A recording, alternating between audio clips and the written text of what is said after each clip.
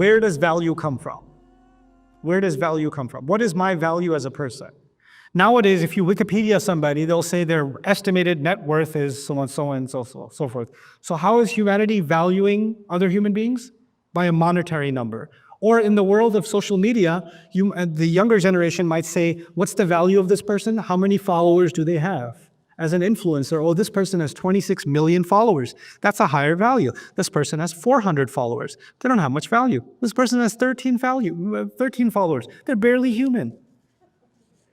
Right?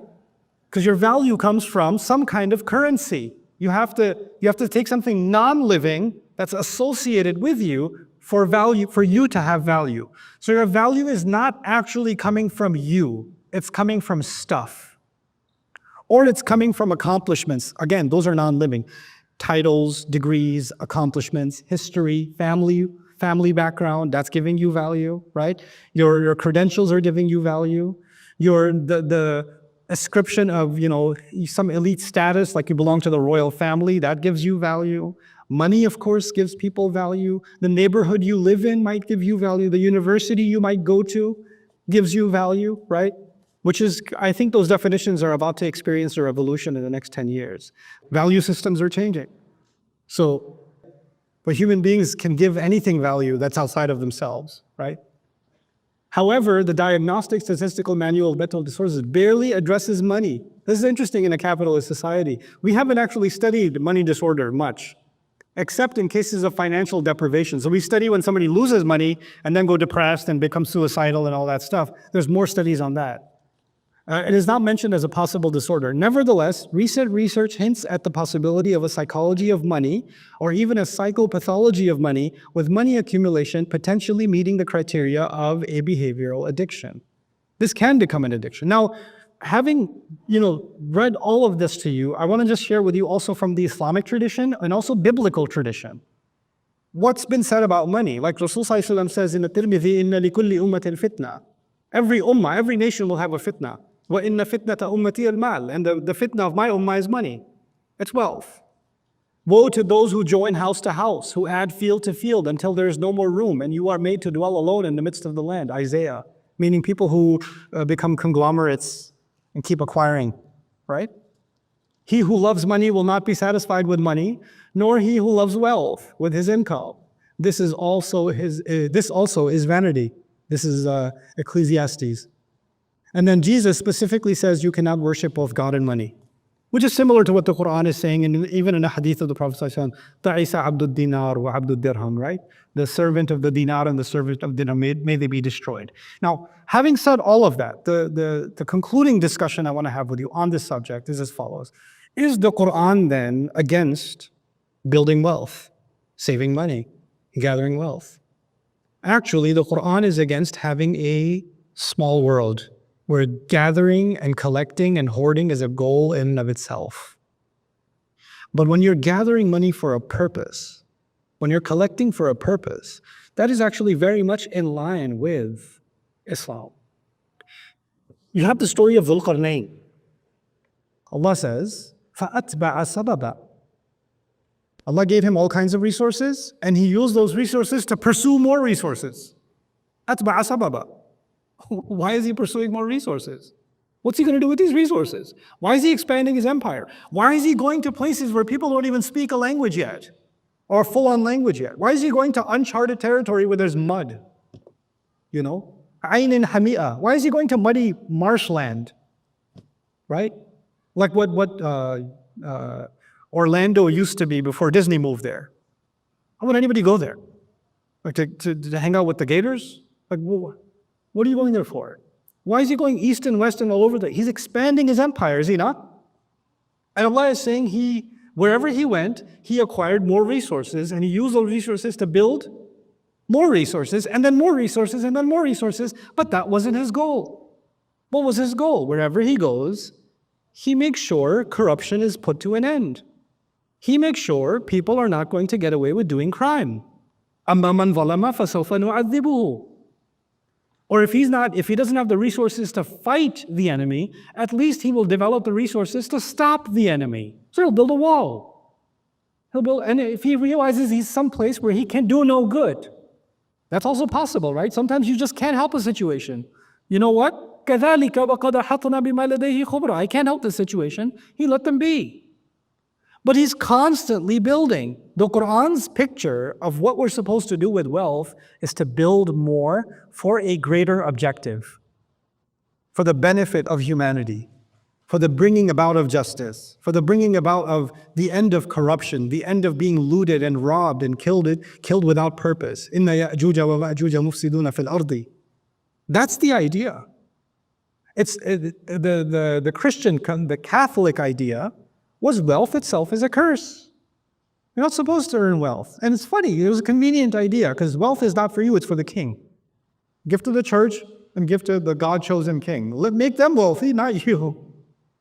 So it was a very convenient ideology because it served the church and it served the king, right? But we have, unfortunately, in Islamic discourse, we've developed this idea of a terrible fear of hubb dunya, right? Because if we find in the Quran, this dunya's worth, وَمَا الْحَيَاةُ الدُّنْيَا إِلَّا لَهْوٌ وَلَعِبٌ, right? Or you find a hadith where it's not worth the wing of a mosquito, right? Or even one Fajr Salah is better than the whole world and everything in it. And when you read all of this literature, what thought starts building in your head? This world is nothing, this world is nothing, this world is nothing. And that becomes a this world is nothing disorder. Because on the other extreme is this world is everything disorder. And on the other extreme is what? This world is nothing. These are both disorders. If this world is nothing, why are you going around the Kaaba wearing the clothes that mimic your presence before Allah on Judgment Day or at the moment of your death? Why are you saying رَبَّنَا آتِنَا فِي الدُّنْيَا حَسَنَةً وَفِي الْآخِرَةِ حَسَنَةً? Why in the world are you going to Hajj, which is supposed to be the most spiritual experience of your life, and your Rabb is telling you لَيْسَ عَلَيْكُمْ جُنَاحٌ أَن تَبْتَغُوا فَضْلًا مِّن رَبِّكُمْ? There's no harm if you pursue some business opportunities when you go to Hajj. Why would that be the case? Because Allah wants us to make the most of this world for a higher purpose. Why is it that Allah says about the people of the book that came before us, لَوْ أَنَّهُمْ أَقَامُوا التَّوْرَاةَ وَالْإِنْجِيلَ لَأَكَلُوا مِنْ فَوْقِهِمْ وَمِنْ تَحْتِ أَرْجُلِهِمْ? Had they established Torah and Injil, they would have eaten from above and from below. From below there. In other words, rain would have been abundant, produce would have been abundant, the earth would have revealed its gold, its plutonium, its uranium, its natural resources, its lithium, its technologies. The earth would have given them copper and iron and steel and ore and all of its vegetation. They would have become resource rich if they established the book of Allah. Allah didn't say there, if they established the book of Allah, they established Torah and Injil, Allah would have given them Jannah because this world is just for you to suffer. He didn't say that. That's not our deen. That's not our deen at all. Well, we've developed this sick idea, and because of this sick idea, you get Muslim kids, Muslim youth that say, I just want to serve deen, I don't want anything to do with dunya. Stupid. Where did you get this idea from? No, because I don't want dunya, I just want deen. Okay. Hold on a second. When Allah subhanahu wa ta'ala said, أَعِدُّ لَكُمْ مَسْتَطَعْتُم مِّن قُوَّةٍ, gather whatever power you can. Get whatever power you can, gather it. Right? Or مَرِّبَاتِ الْخَيْرِ. Just contemplate مَرِّبَاتِ الْخَيْرِ. I talked about it in a few khutbahs before. Gather the cavalry, build the horses. The army that has the cavalry has horses in it. How are you going to build horses without money? How are you going to buy one horse without money? Where are you going to get the money from? If the Sahaba are all, I don't want dunya, who's going to get the horse, bro? Who's going to get the horse? And by the way, for a horse, you need a stable. You need the ironsmith who's going to build the horseshoes. You're going to need the saddle maker, the horse trainer. You're going to need the fields where the horses can run, the hay that the horses can eat, the land that has to be bought for them. Isn't it a major investment? And Allah just said, just prepare it. Go, make it, prepare it. That means build an entire economy. Build an entire economic system. But it has a higher purpose. It's something bigger. Even the story of Sulaiman alayhi salam is misinterpreted so easily. That is, he forgot to pray Maghrib, and that's why he slaughtered the animals. That's the misinterpretation. First of all, why, طَفِقَ مَسْحًا بِالسُّوقِ وَالْأَعْنَاقِ. And the misinterpretation is, he cut off their legs and its neck, which means he slaughtered an animal viciously. Right? Because that's torturing an animal. And Rasulullah ﷺ himself told us, لا تمثلوا نامة الله. do not make an example, do not mutilate delicate creatures of God, animals. We don't mutilate animals in this religion. It's evil. And we're okay attributing that to a prophet. And why? Because apparently he missed Maghrib. La hawla wa la quwwata illa billah. If you missed Maghrib and you started beating your kids, right? I missed Maghrib. I was working, you're working at a children's hospital, you're treating children, or you're dealing with the sick, and you were too busy in the surgery, and you got late for Maghrib, and you're like, you know what?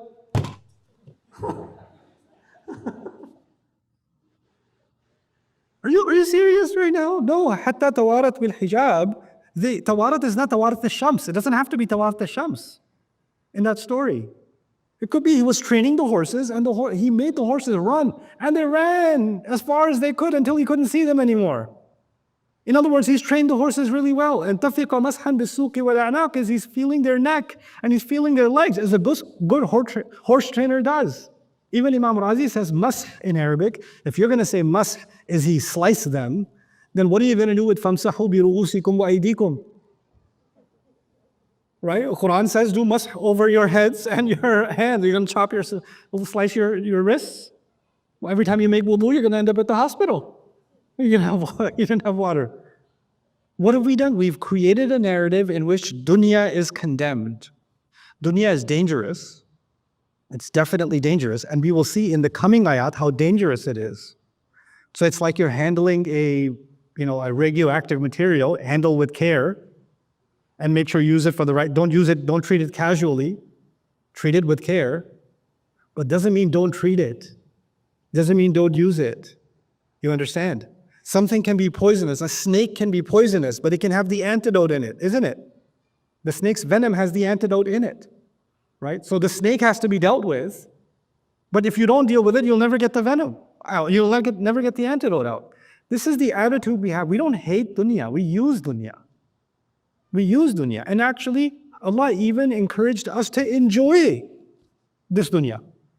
Why is he describing fruits that have beautiful covers on them or winds that have a beautiful scent in them? If our job on earth was only to survive, why would he make the mountains beautiful? Why would he make the animals beautiful? Why would there be flowers? Why would there be nature? Why would there be beautiful children? We should all look a certain way just for function. There should be no beauty on this earth because we're just here to perform a function. That's not our worldview. So we're not materialists. We're not, prosperity gospel Christians. We're not that. And we're not, Catholics that shun the world and wear uncomfortable wool because they want to shun this dunya. We're none of those. We're people of the Quran, the best of this world and the best of the next. And that can only happen when you have a higher purpose. That's the only way that can happen. Inshallah, I'll talk a lot more about this after the salah, but what I want to leave you with is this. There's a slide coming. I'll introduce you to one concept in it. I keep saying the world gets bigger and the world gets smaller, right? When your world gets bigger, then you think about bigger problems and you think about bigger solutions. And your world is smaller, then you can only think about what? Smaller problems and smaller solutions. And when your world gets really small, you only think about your own problems and your own solutions. Your world it shrinks. It's just you, that's it. Have you seen someone who takes their own desires and turns them into their God? You become your own God. Your feelings become your own God. That's your entire universe. That's just you. That's all that's left. But when your horizon expands, then you think about bigger things. You don't have time for petty things anymore. Go back to what the Prophet was told. Fasbil sabran jamila. And I told you then, these people can say whatever they say, that's not big enough of a problem. You have too big of an objective to focus on. Don't be distracted by this. So our iman gives us broader perspective and it keeps us from being petty and material and ending up in this state. So this addiction and this hoarding, where did it come from? The diagnosis. Where did this sickness start? This is like the final stage of the sickness. Where did this sickness begin? What was the early signs that you've caught the virus or you've got the bacterial infection? That's coming in ayah 19 onwards. So inshallah, we'll discuss that after the salah.